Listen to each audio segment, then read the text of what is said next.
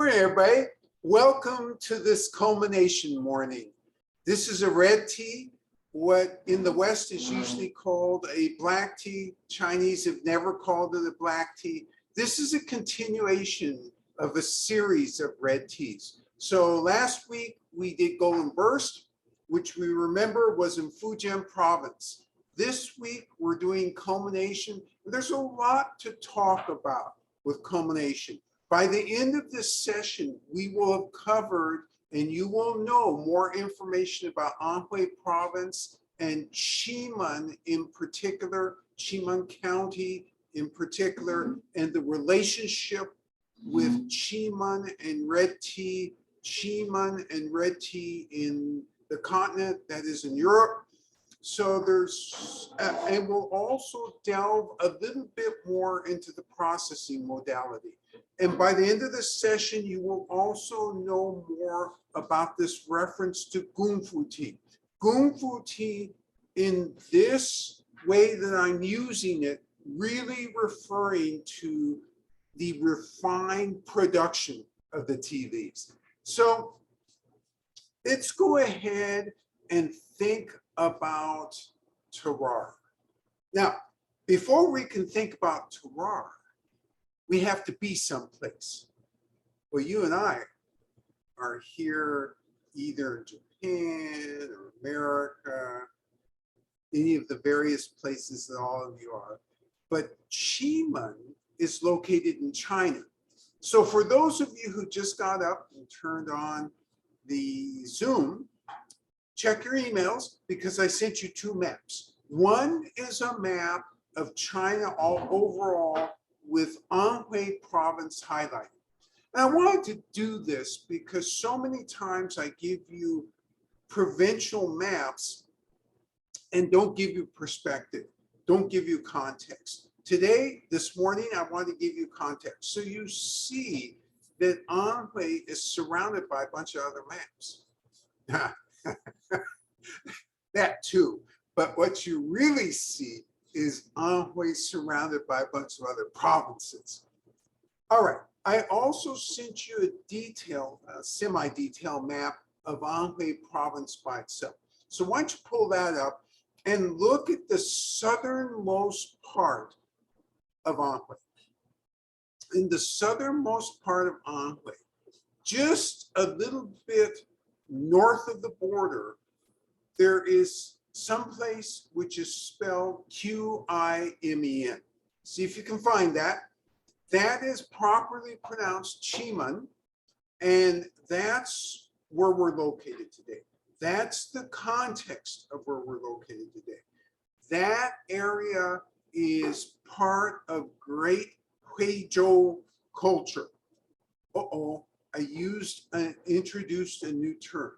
Well, Anhui historically has had Southern Anhui culture, Central Anhui culture, and Northern Anhui culture. The Southern Anhui culture is called Huizhou, Huizhou. And for a long time, the Academy of Sciences in China has spent tons of effort to digitally record and to really grasp one of the chief intangible cultural artifacts of Huizhou culture, which is the tea of Qimen. This is a prominent appearance. This makes a prominent appearance in Huizhou culture. All right. So Qimen, let's do our history a little bit. So remembering that tea has been around for a long time, right?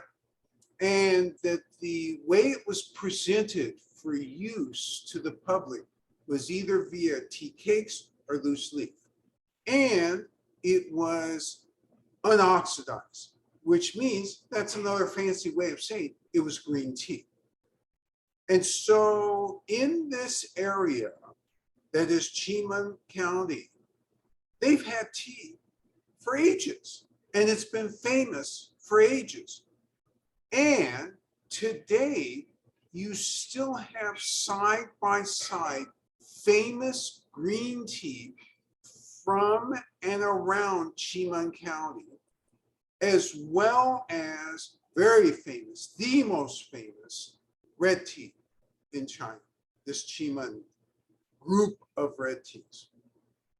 All right, let's pull this apart a little bit. Is Qimen a nice place to go visit? Oh yes, it's quite beautiful. Mountains, hills, watershed. In some areas of Qimen, you actually have self-propagated bushes and small trees. How did that happen? Well, just as you would tend in any forest to have that type of activity, this area is a forested area. And as such, that's how that developed. And the farmers were smart enough over the centuries not to cut that stuff down. And today it's still preserved. And actually, the beauty of what you're going to have today is you're going to have tea from seed propagated trees. That's what culmination is. So let's still step back a little bit more in history. Let's see. Let me spin that historical wheel and see what year it stops on. Oh, it looks like, yes, indeed, it stopped on 1875. Well, let's see if I can pull up some information about 1875 in Qimen. So the father of Qimen, and I use this term advisedly, it's not exactly father or founder or creator, because there were a couple of people who were involved in the creation of this style of tea. And one prominent person, that's the correct way to say this, was from Qimen Province. This person left Qimen Province and came to Anhui. He had been in the tea business in Qimen Province and already understood well this concept of gongfu tea. And that's the processing of tea in a gongfu manner. So he, with another prominent local person, really promoted the production of gongfu red tea. And it was this Qimen family. So when people talk to you about Qimen tea, let's get something real clear, because it's just like Dianhong. Oh, let me modify that. In one respect, it's just like Dianhong. Dianhong, you who've been on the broadcast will remember, really means red tea from Yunnan. And it refers to all the red tea from Yunnan. So many times there's confusion because people come in and say, oh, I want Dianhong, or I want Dian black tea, thinking that it's only one tea, when in fact, it really represents a style of tea as it's done in Yunnan. So let's go to Qimen for a minute. So people sometimes think, yeah, I know my tea real good, and I want Qimen. Okay, so you want Qimen. Qimen is only one tea, or is it a family of teas? Turns out it's a family of teas. And in here, we have quite a bit of that family. So we have Qimen Needle, we have Starburst, we have Vortex, we have Luxuriant Bangs, those, and we have Culmination. These all belong to the family. So what's special about this family? Location. So if you're from a red tea from Qimen County, you belong to this family. And generically in China, the way it's referred to is chiman hung. Hung meaning H-O-N-G, meaning red. Which again, the British got all messed up, so chiman black. You see that sometimes in the stores. Let's blame the British. The British did that. Okay. So in 1875, they started this style. Did this become a hit? Oh yeah, a real hit. A hit not only in China, and again, it was part of Huizhou culture because the people in Huizhou were great merchants. So they were able to spread this tea around the world. It's not so much that people in China outside of Qimen County were drinking a lot of red tea because they really weren't. A few were, but not a lot. It's that in Britain and on the continent, it became very popular. Gotta have my chiman. Now, one of the issues with this tea, I'm jumping ahead of myself here a little bit, we're doing a little bit more history, is that the British, as they started to import this stuff, oh, this is really good. And this is really expensive. I wonder if there's a way that I can water it down, so to speak. So what they did is they took Assams, which are from India, and not of the same quality, and they created English breakfast. So English breakfast, unless you were a royal, was about 3 to 5% belonging to the Qimen family, and the rest belonging to Assams, because Assams were pennies on the dollar, coming from India, coming from colonial India, where British controlled pricing. Now, the royal family wasn't drinking that stuff. They were drinking stuff, they were drinking tea, I should say, that had, or English breakfast, that had much higher percentage of the Qimen family tea in that. So this is the creation of English breakfast. This is its relationship to the Qimen family. Remembering that I said that Qimen, before red tea was developed, was already producing great green tea. So you had all the elements to do something very interesting in terms of red tea, except the know-how of how to do it. In 1875, that know-how came from Fujian province. And so therefore, that's why we talk about this gentleman as being the really main driver of the Qimen family.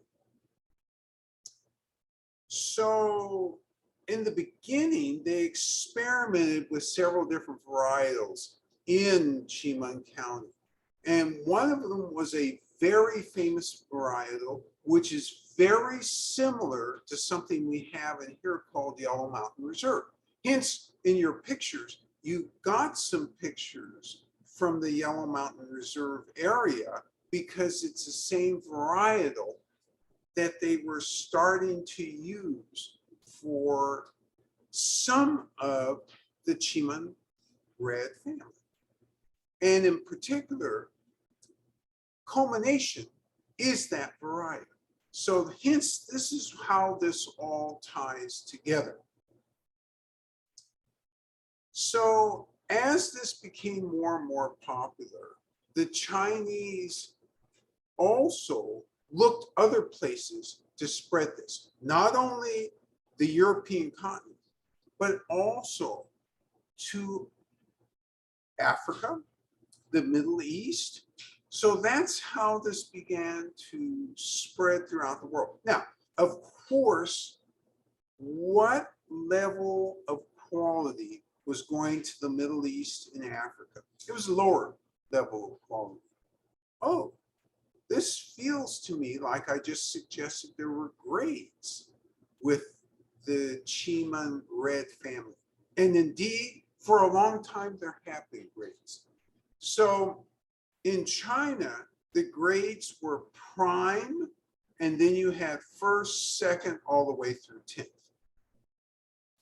Prime, first, second, and third are the only grades that we should be interested in here, because the rest was either being, okay, let me back up. 10, 9, 8, and 7 tended to head for CTC processing, crush, tear, and crumble.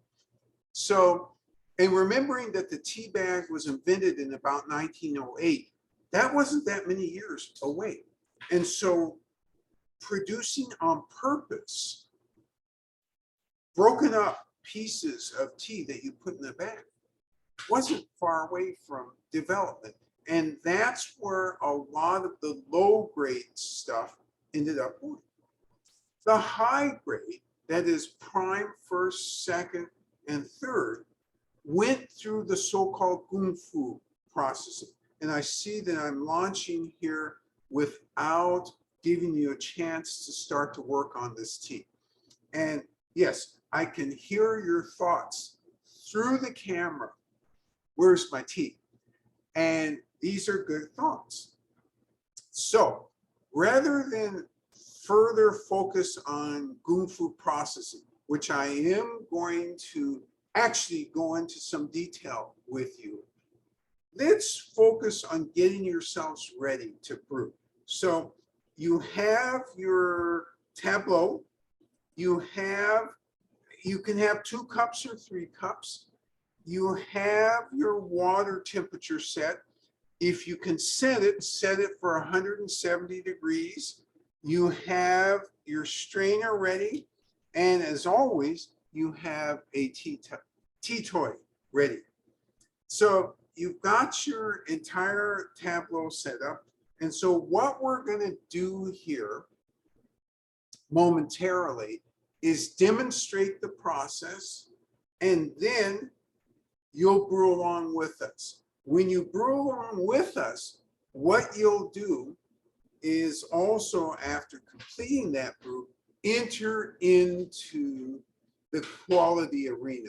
So all of you are wondering if all of a sudden I've been promoted to tea master. The answer is no. The tea master is here waiting for me to just get out of the way so that she can come and demonstrate to you. So it is my very great pleasure to bring on Xiaobei, the tea master, to demonstrate the brew of culmination. Everyone, good morning. Yeah, we do red tea, but I'm wearing another red t-shirt. Okay, so we do red tea from the Anhui. It's called Hong Cha. So this is my space today. So I used to, it's for me, it's called Feng Shui. It's a lotus. So it's 3 cups. It's generally easy. Just help me, please. So what the tea master is going to do is dissipate steam in the water. Actually, what she's going to do is heat the cups. So she's going to use 200-degree water, heat the cups, and then after that, draw 175-degree water and dissipate it down to about 170, because that's where we want the temperature. Remembering that with red tea and green tea and white tea and yellow tea, if you are careful about how you do it, you're going to get the brightest flavor profile.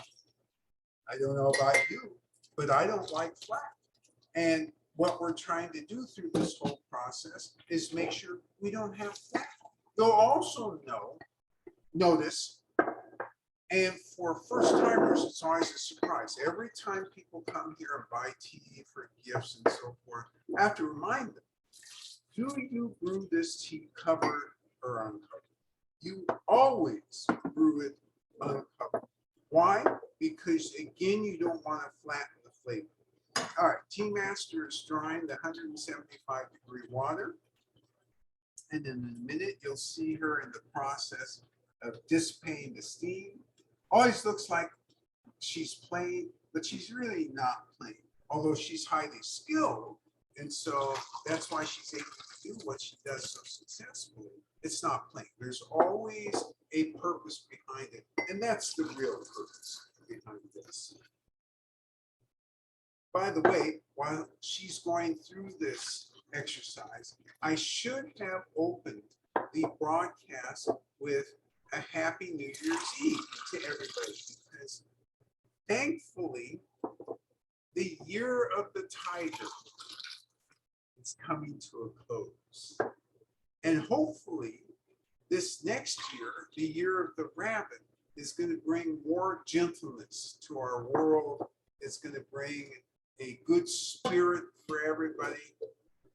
So happy New Year's Eve, everyone. Tomorrow's the official first day. All right, Tea Master has heated the cups, dissipated the steam, and now is ready to go. Now she's going to pour these leaves in, and when you pour them in, prior to pouring them in, you take a look at those dried leaves. But not yet. Watch what she does here. She's going to shake them. So what she's trying to do is heat up the leaves. She's going to smell and make sure, did I get the right tea? She did indeed get the right tea. And then she's going to add the water to the side of the cup, not directly on the tea. You set the timer for 3 minutes.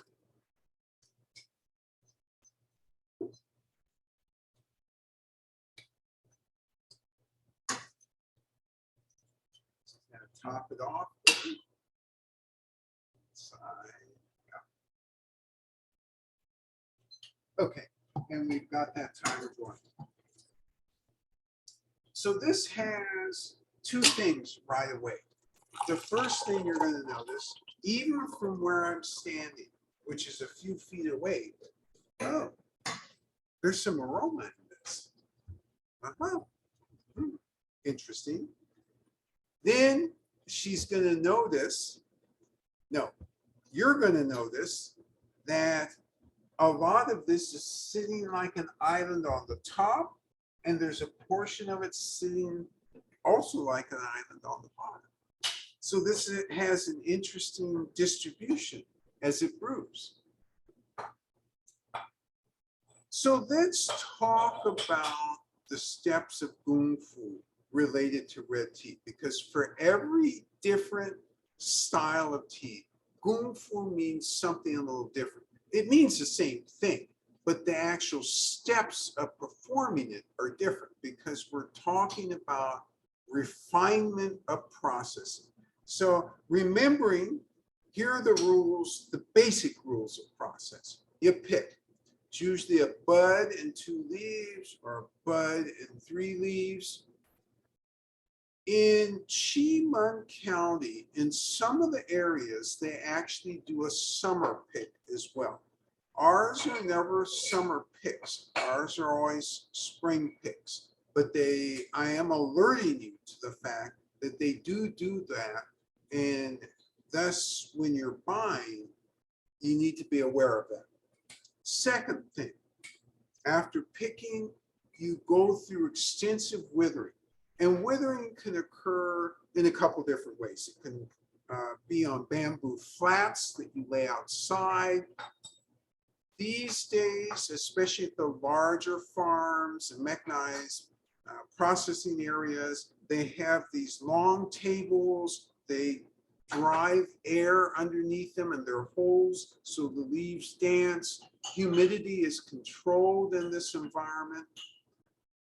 And it's usually a 12-hour or so process. And what they're trying to do is reduce the moisture in the leaf. After that part of the processing, then usually rolling.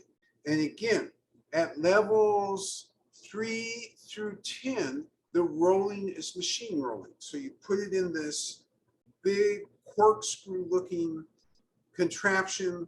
It turns around and around. You can adjust the pressure. And so you're trying to break down the cells of the leaf. You want the aromatics. You want the volatiles exposed. You want the inside of the leaf exposed as much as possible. All right, the 3 minutes is expired. Timer has gone off. Tea master will separate the leaves from the tea liquor.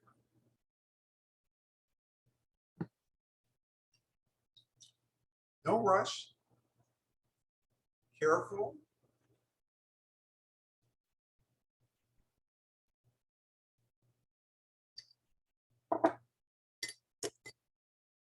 So there's some things you're going to pay attention to right away.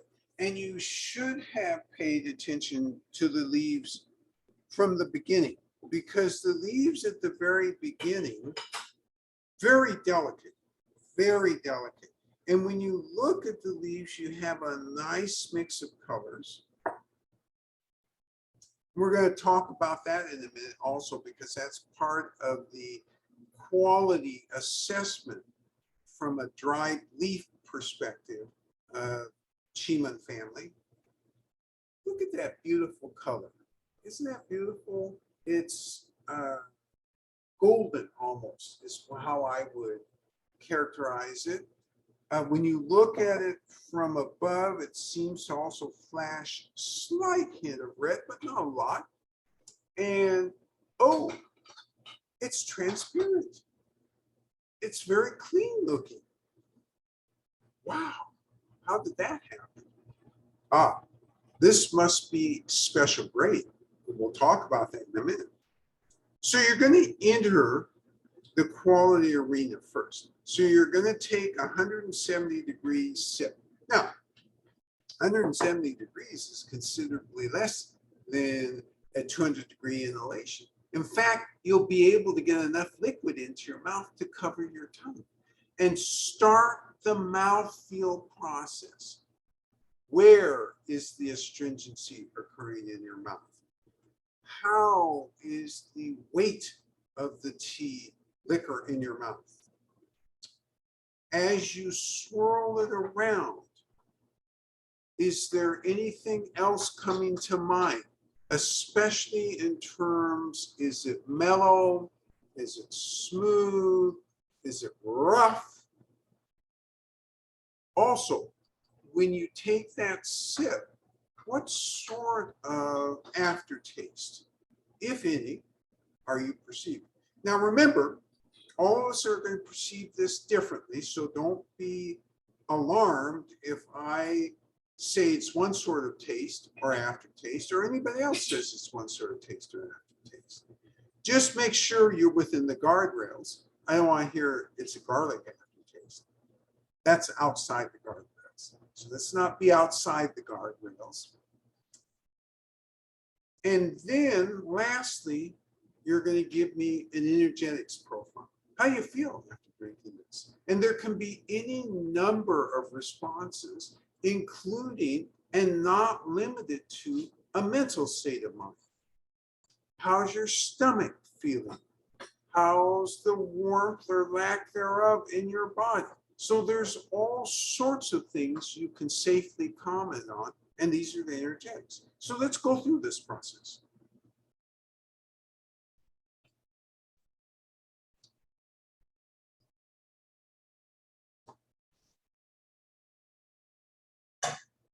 Okay, I'm getting a certain mouthfeel.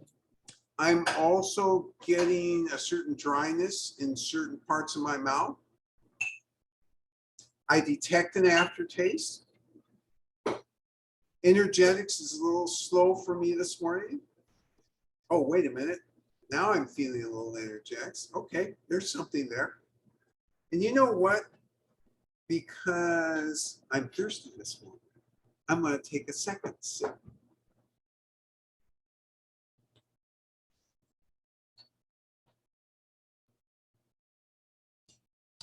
So when you slow the process down like this, This is so-called tea rhythm, and allows you to appreciate much more of what's available.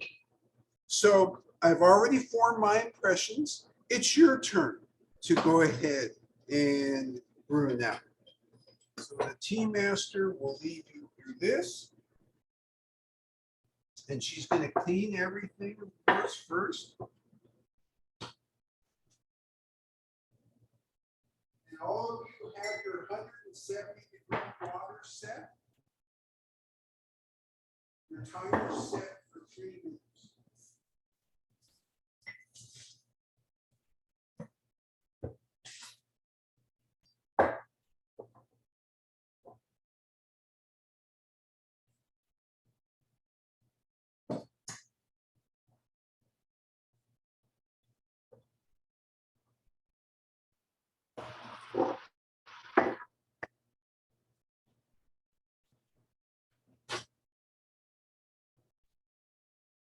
Remember, no reason to be in a hurry. Everything orderly in its rhythm.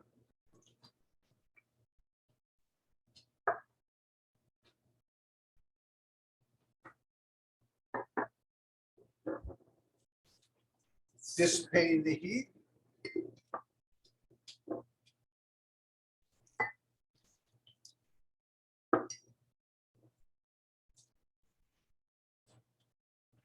Sure, everything is just spick and span, so to speak.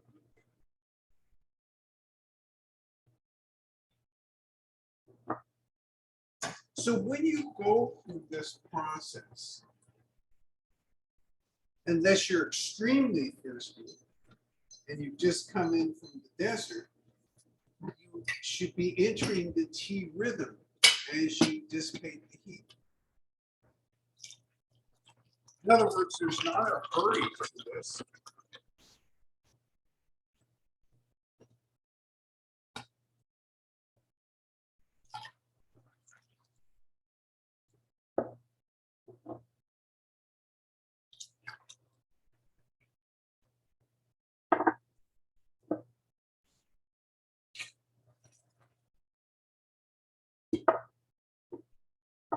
And it's really surprising when you think about it, but we've measured it before, how quickly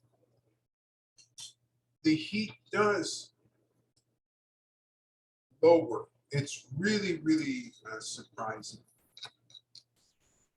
All right, you put your tea leaves in, you shake the cup, you're heating the leaves. You smell just to make sure, do I really have culmination?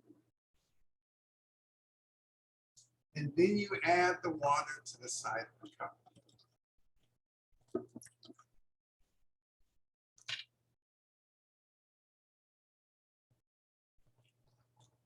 And you put heated water in the recipient cup. Set your timer.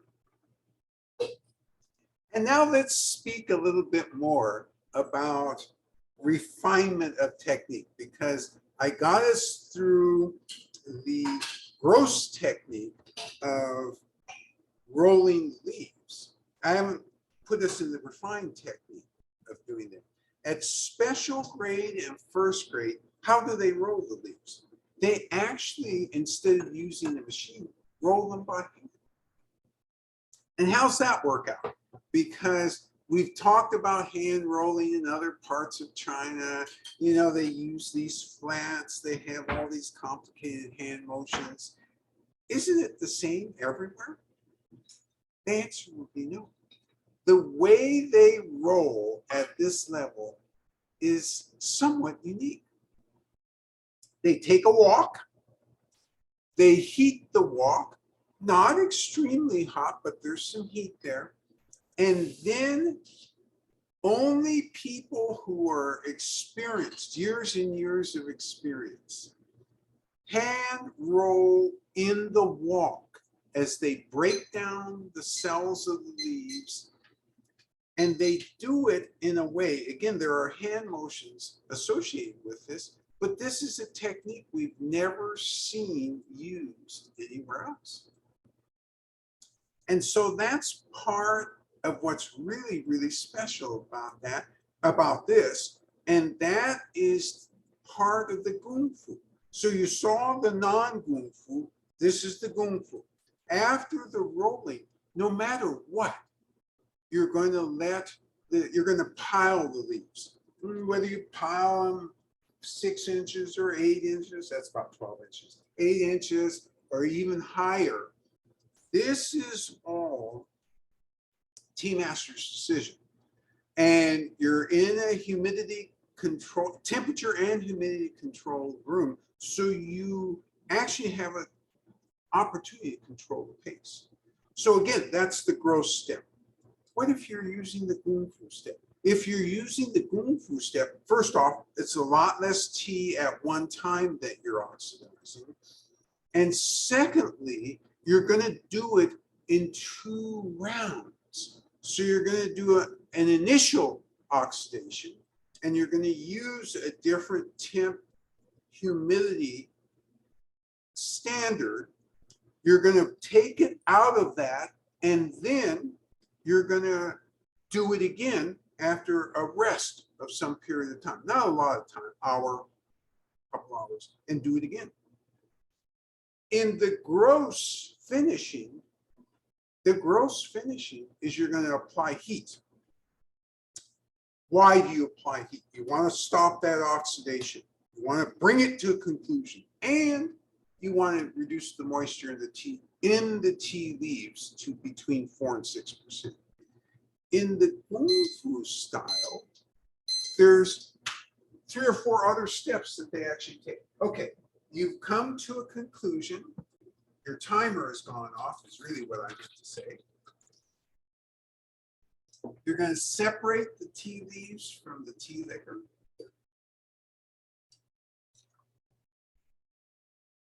Warm, dry leaves smell of hints of chocolate. Warm, dry leaves, hints of chocolate. We love chocolate. Yes.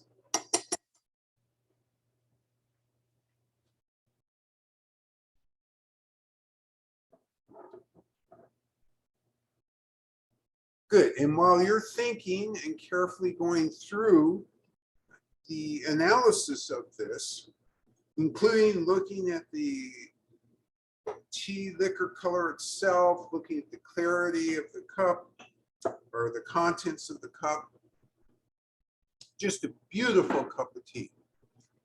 So when you're at this refined stage, they then sort again. Now, I failed to mention that they sort before they wither. And actually before and during the time they wither, things that obviously don't belong there or don't match up, they pull out. This post-oxidation sort is much finer. Now it's a leaf by leaf sort. They're looking for uniformity. Did you notice in those dried leaves how uniform they are? Do you think when you look at those ancient bushes or old bushes that those leaves are growing uniform like that? The answer would be no. This is man-made craft to get this uniformity, and it's touching every single leaf, which of course adds to the cost and expense of doing this, right? But it produces this beautiful result. Yes? The dry leaves had a pleasant, fresh perfume with hints of dried fruit and a bit of maltiness. Hints of maltiness, hints of dried fruit in the dry leaves. Very pleasant. And a fresh perfume. Fresh perfume. And by the way, let's see, I'm going to allow a few more comments before I comment how the Chinese, and you're almost saying it the way the Chinese, they use one different word than you're using, but still same meaning, same sense. Yes. Another participant says this has an interesting evolution. The warm leaves had this bright, sweet malt scent, and then the scent of the steeped leaves had, in addition to malt, an umami, three qualities: umami, vegetal, and floral scents. I heard the one word I wanted to hear. Umami, what was the second? Vegetal and Vegetal and floral. Floral is what I wanted to hear because the Chinese would describe this scent as hints of orchid. Now, that's not fair from your perspective because remembering that the orchids are different in China. So you're getting, though, that there's a floralness. And this commentator compared the dry leaves to the wet leaves and then extrapolated these three important aromas: floral, umami, and vegetal. He also observed that the tea liquor was very refined and sweet with a hint of cider juiciness. Refined and sweet, almost with a hint of cider juiciness. This is the tea liquor itself. This tea liquor is very unusual. When you think of reds that are not Gongfu reds, do you get this amazing combination of things going on? No, you do not. If you think of, say, heaven forbid, teabag tea. Teabag tea is usually driven with one sort of feeling / flavor. It does not have this mix of flavors unless they've added other things to the tea. Yes. Another participant says the tea liquor has a very smooth, silky feel. This is a great comment. Smooth, silky feel. Why? Why does this? That's a great comment. Why does it have a smooth, silky feel? Remembering, of course, as we're getting into the Gongfu-ness of how this is made, uniformity.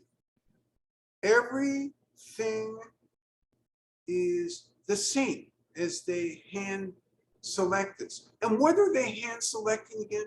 Let's see. Let me go back to that. Oh, seed propagated very old trees or very old bushes. This better be smooth. Another commentator says for her the tea liquor has this also soft sweetness, smooth and drying on the palate, but also juicy. Soft sweetness, smooth and drying on the palate, but counterintuitively also juicy. What a great comment. You have all of this stuff occurring in this cup of tea. By the way, one of you in a minute is going to ask me the question, this following question. So I'm going to help you all and answer it before you ask it. Why did we name this culmination? Well, when you think of red teas, especially Gongfu style, there's a range of what can happen in the tea. This one is at that top of the range, and you're describing those things. Silky, smooth, drying, and counterintuitively juicy. How do you do that unless it's prime grade done by prime masters? This, when we were able to obtain this, was a true treat. Once we understood what this exactly was, we knew we had to have this. And we knew that the tea drinking public here would be surprised at what is possible within the Reds. Because the Reds get a bad name. Why did they get a bad name? Because first off, the English named them the Blacks. That was a bad translation. But worse than that, they get a bad name because so many people who drink, in quotes, black tea, imagine it can only be bitter. What a sad state of affairs. Yes. Another participant says she tastes and smells mushroom too. Love this comment. Taste and smells mushroom, this particular participant. Why do I like this so much? Because what this is showing you, what this tea is showing off, is that they're able to capture that terroir all in a cup. They have the skill. So you might ask me, all right, if I had gotten these leaves and I took them to Fujian, would they have been able to come with the exact same result? The answer is no. The answer is absolutely no. Part of the issue here is the skill of these masters. So when we went to this farm several years ago, the masters averaged over 60 years of age.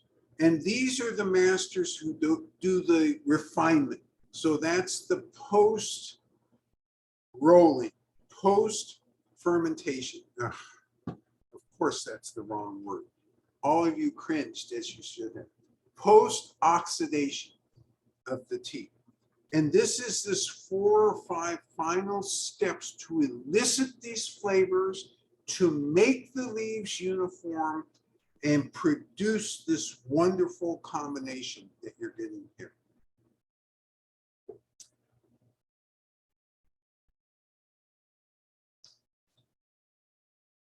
Morning energetics. This is another commentator, which is welcome on this PNW morning. Pacific Northwest morning with wintry mix of rain, fog, and snow flurries. Thanks. So warming energetics, you bet. This is very warming. And this commentator, even though they see snow flurries and it's cold outside their door, here in Oakland, for us, it's still cold. 39, 40, 41. I know that doesn't match what you're looking at. And that warming is very, very welcome. So as you're thinking about other comments, I'm going to shift gears here. I essentially walked you through what makes this goon food. Let's see if I have time to talk. I actually do. Let's talk a little bit about research that's been done on black tea, red tea, in terms of potential health benefits. And I came across several interesting, particularly for the Qimen area teas, the Qimen family teas, discussions, including one which said, and this one is the one that surprised me the most.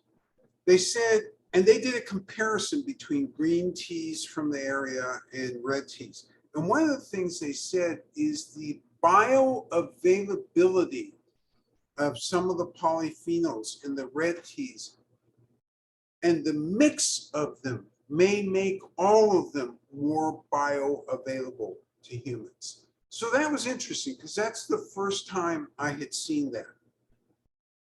Strong evidence in their meta-analysis of many studies of anti-diabetic, anti-hypertensive, good for heart health, antibacterial. It does have a diuretic effect also. And interestingly, in this set of studies, it said, don't do this at night, because if you have insomnia, this will not be helpful. If you have anything that makes you a light sleeper, don't do this at night. Do it during the day. Yes. Participant says, along with warming, she's getting this happy belly feeling. Great that you brought that comment up, the happy belly feeling. This is happy belly tea. And it's not an accident. From the traditional Chinese medicinal standpoint, this has a direct effect on gut biome. And it is supposed to be very strongly promoting a positive gut biome. And again, That's from the Western side. You know what? I mixed these up. What I just said is true, but that's Western analysis. From the Chinese traditional medicine analysis, they would say that this is very good for the digestive tract.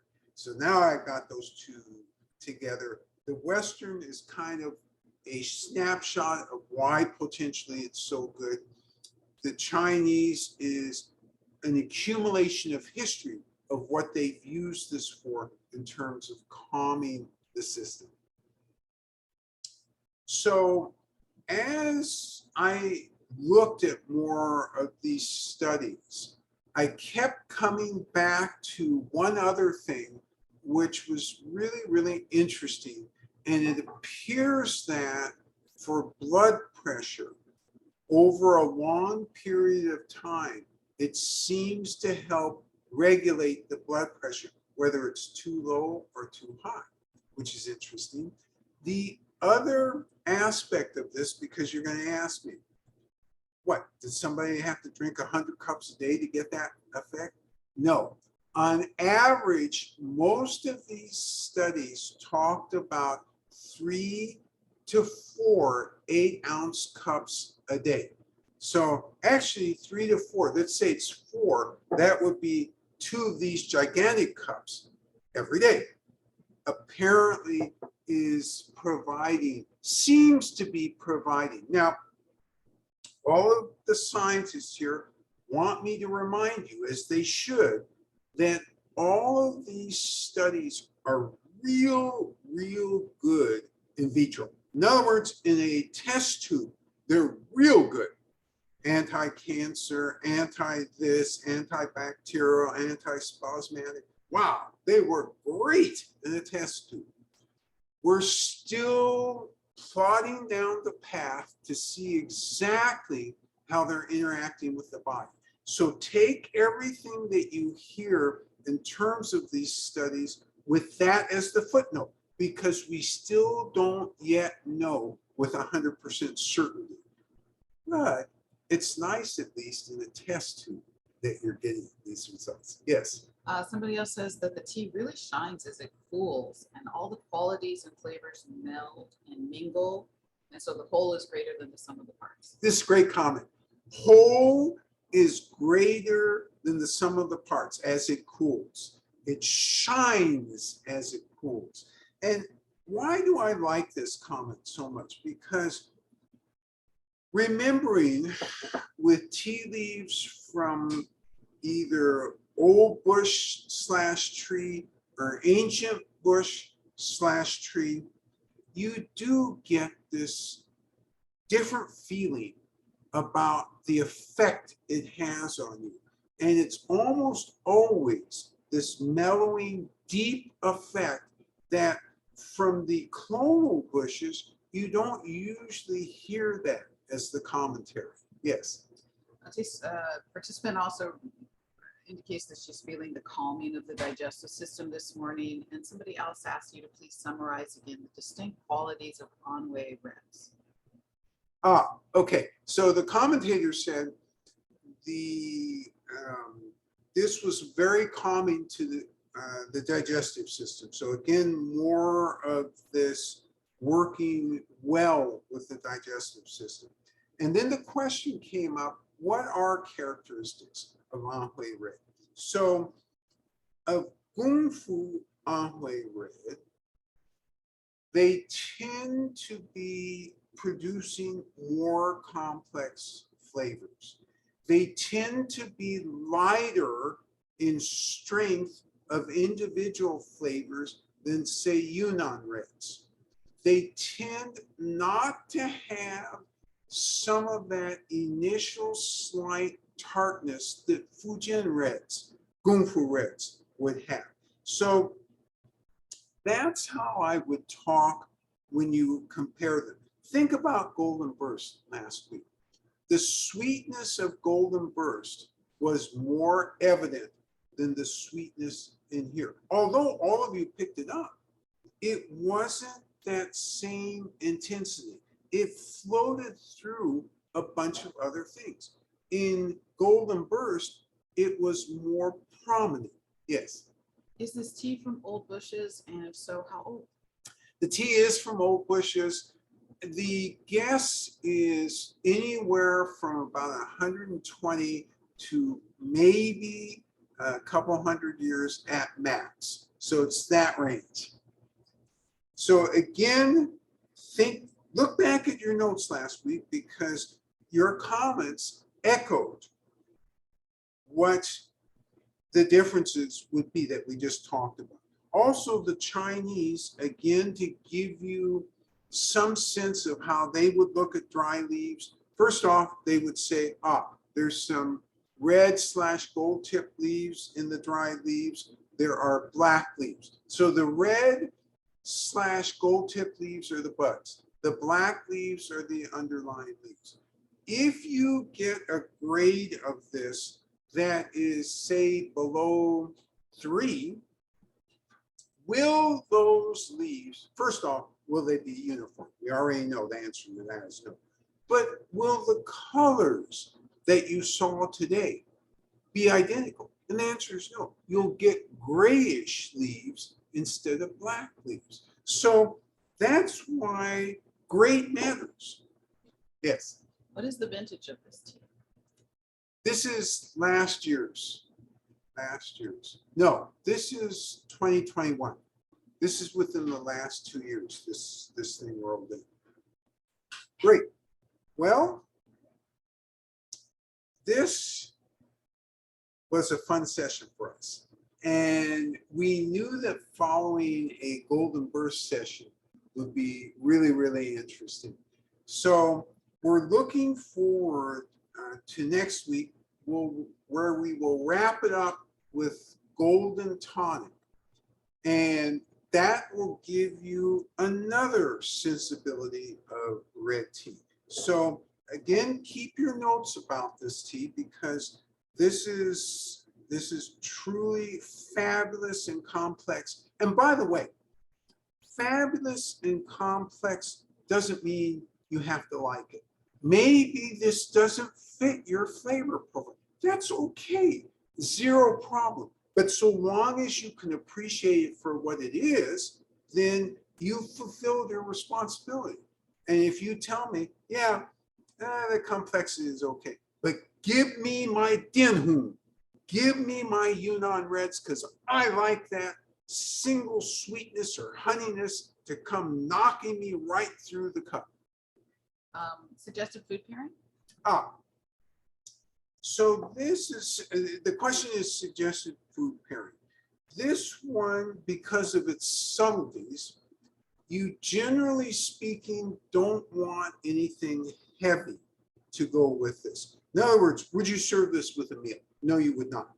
Would you, in an afternoon, crackers without much salt, serve it with that, or a sweet without much sugar? Would you serve it with that? Yes. Would you serve it with chocolate? Probably not, because that would cover up the hints of chocolate. And you don't really want to do this with this because you want, again, the complexity. So when you're thinking of a food pairing, you're thinking bland, so you don't mess up the subtleties of this tea. All right. It was our great pleasure to share Culmination with you this week. We're very much looking forward to wrapping this red teas up next week. And your responsibility for this week is to stay healthy, stay safe. We've already gotten to the 3rd week of January. Let's see if we can get through this whole month in good shape. The other thing that's important is, remember, the new year is changing tonight. So again, and just like, so that nobody gets confused, because I know some of you are of the tiger year. Tiger isn't inherently bad, not at all. It's just like being a Leo isn't inherently bad. However, that all being said, a tiger year tends to be more active. And therefore, maybe having a little cooling down in a rabbit ear could be beneficial. That, again, isn't a value judgment. All right. Look forward to seeing everybody next week. You take care. Bye-bye now. Happy New Year. Happy New Year.